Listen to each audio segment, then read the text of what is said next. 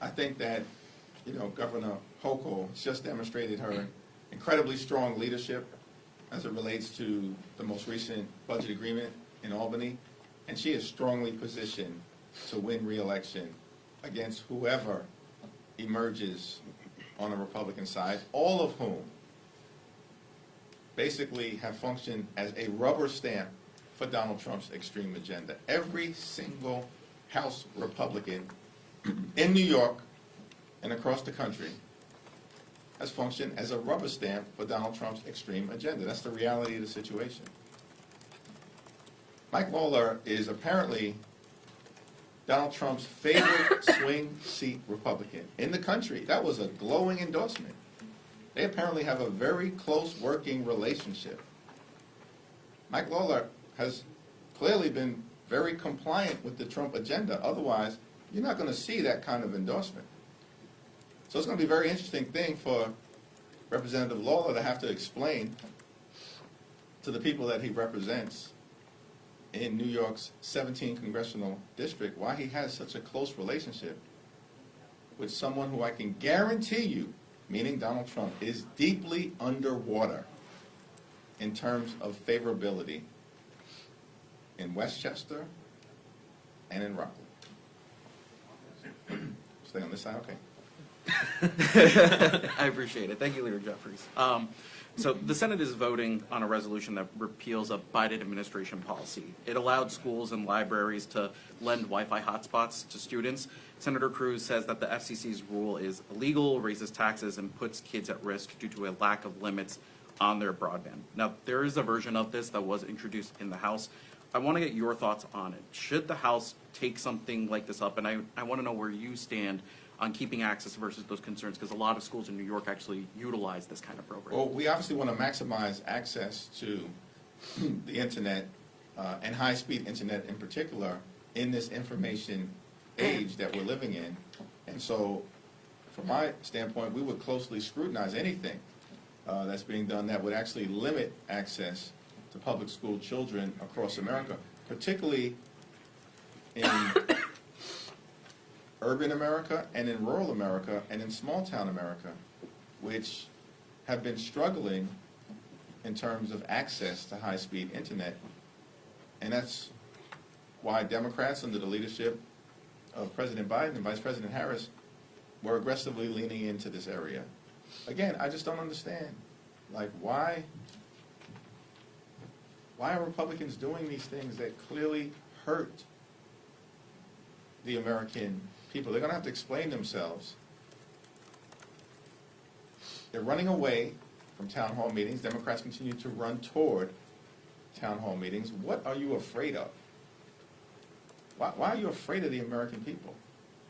I think the answer is because they are actively doing things to hurt the American people. And this may be another example of that. Will you push against that? Speaker Johnson brings it up. Well, I've got to take a look at what actually comes to the House floor, and I'm unfamiliar with the provision in the Senate. But conceptually, I've got a problem with it. If the result is to limit access or reduce access to Wi-Fi, broadband access, or high-speed internet. Thank you, Mr. Leader. Obviously, House Democrats have spent a lot of time pushing back against these proposed Medicaid and SNAP cuts, but the budget resolution also includes up to $330 billion in cuts from the Educational Workforce Department. They put out their legislation that cuts, that targets student aid and loan programs. On top of that, President Trump issued his FY26 budget that calls for 15% cuts to the department while adding $60 million for new charter schools. First, I want to know, do you think that that's part of the administration's push to continue to try to privatize education? As appropriation season picks up, how will House Democrats speak to the American people about how their taxpayer dollars should be invested in the public education of America's children? Yeah, the Trump budget is dead on arrival. It's not happening, which leads to the question, why would you put forward such a reckless budget that you know House Democrats and Senate Democrats are going to strongly oppose? It's going nowhere. When we are in the middle of a reconciliation fight where you are already trying to do extreme things that hurt the health, the safety, the education, and the well-being of the American people. Our view, consistent with what the great Frederick Douglass once said, is that it is easier to build strong children than it is to repair broken men or broken women. And if you invest in a high-quality education at the front end, everyone in America benefits from investing in our public schools. That's what we should be doing. The reckless Republican budget, of course, includes cuts to health care that are devastating, cuts to food assistance that are devastating, cuts to housing that are devastating, and cuts to education that are devastating. There are numerous reasons to oppose the reckless Republican budget, and certainly the attack on public education is one of those reasons. Thank you, Leader. A poll released earlier this week found that 75% of Democrats support extending Trump's 2017 tax cuts. And House Democrats, however, have said that they have suggested that they will oppose a tax cut extension in the Republicans' budget package.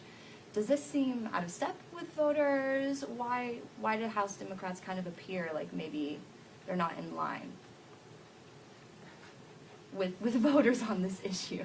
A little confused by that question. The overwhelming majority of Democratic voters and the overwhelming majority of Americans strongly oppose the devastating cuts to health care, the largest cut to Medicaid in American history. They want us to protect their health care. They want us to protect nutritional assistance for children, veterans, and families. And they don't want to provide massive tax breaks to MAGA billionaire donors like Elon Musk. Democrats in the House are very clear. We support making sure that the tax code is fair to everyday Americans, working class Americans and middle class Americans. And we, of course, would support making sure that everyday Americans don't pay a dime in additional taxes. That is our position. That's very clear. And the notion that Democratic voters actually support massive tax cuts for people like Elon Musk, of course that is not the case. So I'm unfamiliar with the poll that you're talking about, but very confident that we are in alignment in the positions that we are taking in opposition to this GOP tax scam, that the voters are with us. Last question. Yes, sir. You just discussed all kinds of cuts, but what about eliminating funding for arts and the humanities? Is there anything that your caucus can do to oppose this? Well, I think when we invest in children, of course, we want to make sure that we invest in reading, writing, and arithmetic, that we provide them with the ability to master science and technology and have the tools so that they can survive in the innovation economy. But part of a holistic education also involves exposure to art and culture and music. And we will continue to support efforts that lift those programs up. And of course, there's a role to play for those programs in every single community. Very popular in rural America, in small town America, in suburban America, and in urban America as well. Thank you. Go Knicks. Nixon 4.